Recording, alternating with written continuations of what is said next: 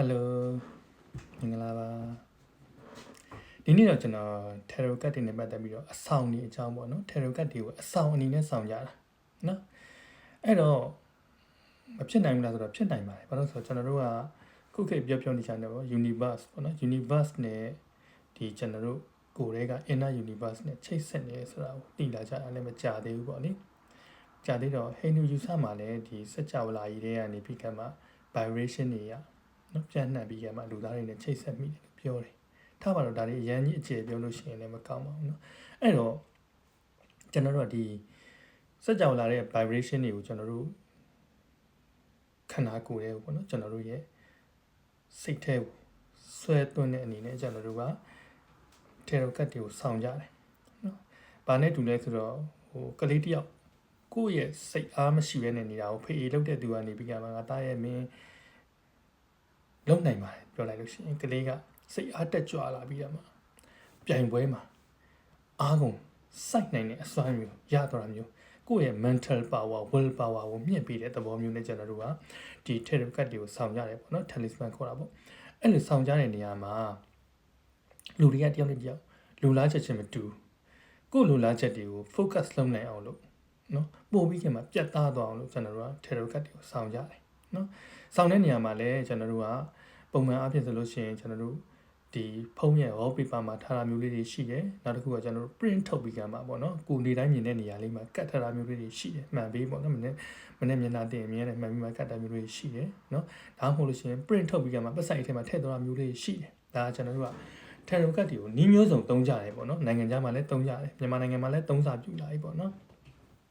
်သုံးတဲ့နေရာမှာလူသားတွေလိုအင်းကဘာလဲဆိုတာမူတည်ပြီးကမှကျွန်တော်တို့ကဒီ tarot card တွေကိုဆောင်းကြတယ်တချို့ကအခြေအဆင်မပြေလို့နော်တချို့ကငွေကြေးအဆင်မပြေလို့တချို့ကအလုပ်ကိုင်းအဆင်မပြေလို့တချို့ကစာမွေးအောင်ခြင်းလို့ဒါမျိုးလေးတွေအများကြီးရှိတယ်ရှိတော့ tarot card တွေမှာလည်းဒါနဲ့ပတ်သက်ပြီးကမှသူတို့ရဲ့ဒီပေါ့နော်မူရင်းဒီပေါ်ပြထားချက်အရာပေါ့နော်စွမ်းအင်ရှိနေတာမျိုးလေးတွေရှိတယ်အဲ့ဒါလေးတွေကိုကျွန်တော်တို့ဆောင်းကြတယ်အဲ့တော့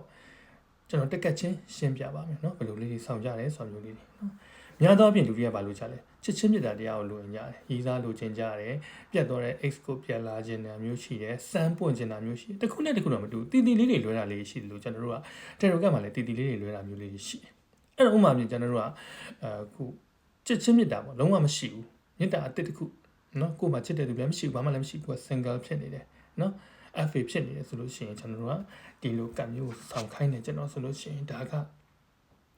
ကျွန်တော်တို့က Ace of Cups လို့ခေါ်တယ် Ace of Cups အဲ့တော့ tarot card တွေမှာကျွန်တော်တို့ကဒုတ်ရယ်ခွက်ရယ်ဓာတ်ရယ်ကျယ်လေးမျိုးရှိတယ်နော်အဲ့တော့အကျဉ်းအပြည့်မှတ်ထားလို့ရှိရင်ဒုတ်တွေကအလုတ်ကင်နဲ့ပတ်သက်တာခွက်တွေကချစ်ချင်းမြတ်တာတရားနဲ့ပတ်သက်တာဓာတ်တွေကတိုက်ခိုက်ခြင်းနဲ့ပတ်သက်တာနော်ကျယ်တွေကကြတော့ငွေကြေးနဲ့ပတ်သက်တာဒါမှတော့ငွေကြေးအပြင်အိမ်ချမ်းမြေပါညာပါသေးတယ် property နဲ့ပတ်သက်တာတွေပါတယ်အဲ့တော့အဲ့လိုမျိုးမှတ်ထားလိုက်လို့ရှိရင်ကျွန်တော်တို့ခွက်တွေက love ကိုပြောတယ်ဒီထက်မှာ is ခေါ်တဲ့တစ်တွေကကျွန်တော် beginning of ပြောတယ် beginning of new love ချစ်ချင်းမြတ်တာအတစ်တခုစတင်ဖို့ဆိုလို့ရှိရင်ဒီကတ်ကိုဆောင်းတာအကောင်းဆုံးပဲအဲ့တော့ဒီကတ်ကိုကျွန်တော်တို့မလုပ်ဘူးလေရှာလို့ရပါတယ်နော်ကျွန်တော်တို့ဒီဟိုထဲမှာ browser ထဲမှာကျွန်တော်တို့ Ace of Cups လို့ရိုက်ပြီးတော့ရှာလိုက်လို့ရှိရင်ဒီကတ်ထွက်လာလို့ရှိရင်ဒါကို wallpaper လေးမှာထားလိုက်ဒါမှမဟုတ် print လေးထုတ်ခိုင်းလိုက်နော်ပတ်ဆိုင်ထဲမှာထည့်ထားလိုက်ဒါမျိုးလေးဆောင်းလို့ရှိရင်အဆင်ပြေတယ်ဒါမှမဟုတ်ကိုကချစ်သူရှိပြီးသားဆိုရင်ရောချစ်သူရှိပြီးသားဆိုလို့ရှိရင်တော့ကျွန်တော်တို့ကကိုချစ်သူနဲ့ကိုနော်ထာဝရမြဲခြင်းနဲ့သူ့ဂရိကိုလည်းတည်စေခြင်းနဲ့ကိုဂရိလည်းတည်ခြင်းနဲ့ဒါမျိုးဆိုလို့ရှိရင်ကျွန်တော်တို့ကဒီ two of cups ကိုစောင်းခိုင်းတယ်နော် two of cups ခုနလုံးတယောက်နဲ့တယောက်ခွက်ချင်း toast လုပ်ပြီးကမှဂတိကဝတ်ပေးနေပုံတယောက်ဂတိတယောက်တည်တဲ့ပုံဒါလေးကိုကျွန်တော်ကစောင်းခိုင်းတယ်နော်ဒါကြောင့်ကျွန်တော်တို့ကဒါချစ်ချင်းမြတ်တာနဲ့ပတ်သက်တဲ့ဘုံဆိုမျိုးလေးကျွန်တော်တို့ကပြောလို့ရတယ်ဒါကရေးစားရှိပြီးသားလူတွေစောင်းနေတာမျိုးနော်ကိုရေးစားကိုမပြတ်အောင်ကိုရေးစားကိုပေါ်မှာသစ္စာစောင့်တည်အောင်ပေးထားတဲ့ဂရိတွေတည်အောင်စောင်းတဲ့ကံမျိုးဒါမျိုးလေးလည်းကျွန်တော်စောင့်ခိုင်းတယ်ဟုတ်ပြီလုံးဝမဟုတ်ကွာစမ်းပွင့်နေတဲ့ချစ်သူဝိုင်းဝိုင်းလဲခြင်းလဲဆိုလို့ရှိရင်တော့ကျွန်တော်တို့က the lover ကတ်ကိုစောင့်ခိုင်းတယ်နော်အဲ့တော့ဒီဘုရားသခင်ဖန်ဆင်းထားတဲ့နော်အတီးပင်ရှိတစ်ဖက်ကဉာဏ်ပညာနဲ့ပတ်သက်တဲ့အပင်ရှိနော